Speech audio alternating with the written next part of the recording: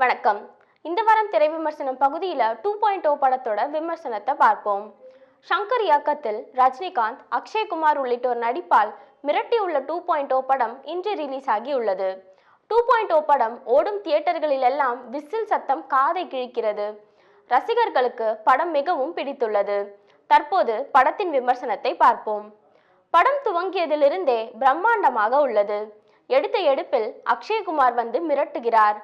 நகரத்தில் உள்ள அனைத்து செல்போன்களும் பறக்கின்றன. சிட்டியை வரவழைக்க வேண்டும் என்று வசீகரன் முடிவு செய்ய அதற்கு சில எதிர்ப்புகளும் வருகிறது.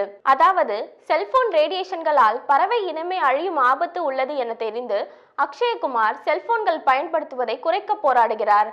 இதற்காக அரசாங்கத்திடமும் மக்களிடமும் நீதிமன்றத்திலும் கோரிக்கை வைக்கிறார். ஆனால் அவருக்கு மிஞ்சுவது அவமானம் மட்டுமே. இதனால் மனமுடைந்து செல்போன் டவரிலேயே தற்கொலை செய்து கொள்கிறார். அதன் பின் பறவைகளின் ஆன்மாக்களுடன் தன்னுடைய ஆன்மாவை இணைத்து 5ஆம் சக்தியை உருவாக்கி அந்த சக்தியின் உதவியால் செல்போன்களுக்கு எதிராக அவர் தொடுக்கும் போரும் அந்த போரிலிருந்து மனிதர்களை காப்பாற்ற சிட்டியை தட்டி எழுப்பும் ரஜினிக்கும் இடையே நடக்கும் டெக்னாலஜி போர்தான் இந்த படத்தின் கதை. முதல் பாதியை அக்ஷய்குமார் தாங்கி செல்கிறார். இந்த படத்தின் வில்லனும் சரி ஹீரோவும் சரி அது அக்ஷய்குமார் தான் என்று ரஜினி கூறியதன் அர்த்தம் படத்தை பார்த்த பிறகு புரிகிறது. இதுவரை வெளிப்படுத்தாத நடிப்பை தனது ரசிகர்களுக்கு கொடுக்க வேண்டும் என்ற மெனக்கெடல் ரஜினியின் ஒவ்வொரு காட்சியிலும் தெரிகிறது. சிட்டியின் என்ட்ரி அசத்தலாக உள்ளது. முதல் பாதியில் விஎஃப்எக்ஸ் பிரமிக்க வைத்தாலும் கதை வேகம் பிடிக்கவில்லை. சிட்டி வந்த பிறகே கதையும் தியேட்டரும் களை கட்டியது.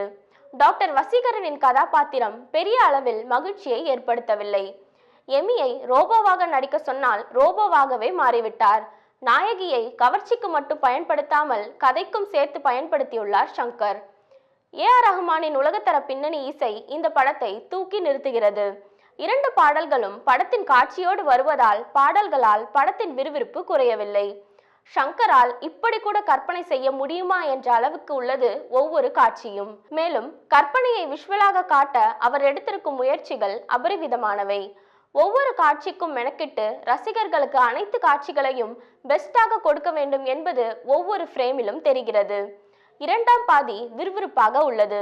அதிலும் குறிப்பாக கடைசி அரை மணி நேரம் ரசிகர்களை அந்த பக்கம் இந்த பக்கம் திரும்ப விடாமல் திரையையே பார்க்க வைத்துள்ளனர்.